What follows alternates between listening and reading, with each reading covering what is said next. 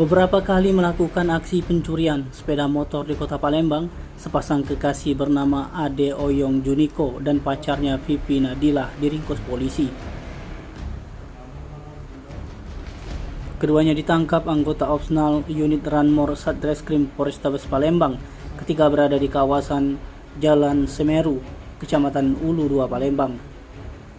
Kapolrestabes Palembang Kombes Pol Haryo Sugihartono mengatakan kedua pelaku sudah 5 kali melakukan aksi pencurian sepeda motor, yang dimana terakhir berakhir di Jalan Kiai Haji Azhari, Lorong Pangi, Kecamatan SU2 Palembang, di mana korban bernama Thomas Kurniawan memarkirkan sepeda motornya jenis Honda Beat Street warna putih dengan nopol BG3403 ACE di halaman rumahnya di dalam kondisi stang terkunci. Usai kejadian tersebut, menurut Haryo, korban langsung membuat laporan polisi di Polsek Seberang Ulu 2 Palembang dan mendasari laporan polisi tersebut nomor 207 di Polsek SU2 Palembang, Satreskrim Polrestabes Palembang membackup secara utuh ungkap kasus pencurian dengan pemberatan tersebut.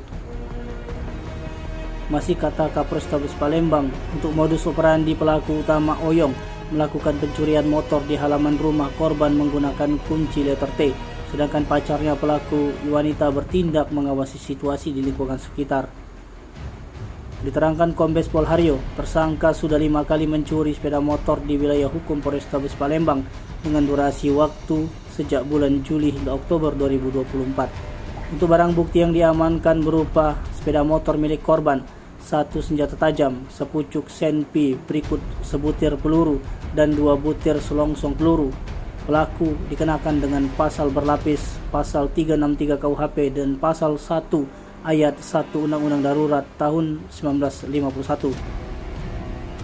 Di tempat yang sama, pelaku Oyong yang ditinggal Lorong Family, Kelurahan Lorok Pakjo, Kecamatan Ilir Barat, Palembang, mengaku baru 3 kali berhasil mencuri sepeda motor, yang dimana hasil pencurian sepeda motor dijualnya ke kawasan Kecamatan Rambutan, Kabupaten Banyuasin. Tindak pidana yang terjadi yang telah dilakukan oleh tersangka, kita lakukan penjeratan pasal persangkaan 363 KUH pidana tentang pencurian dan kekerasan. Demikian juga kami juntukan, kami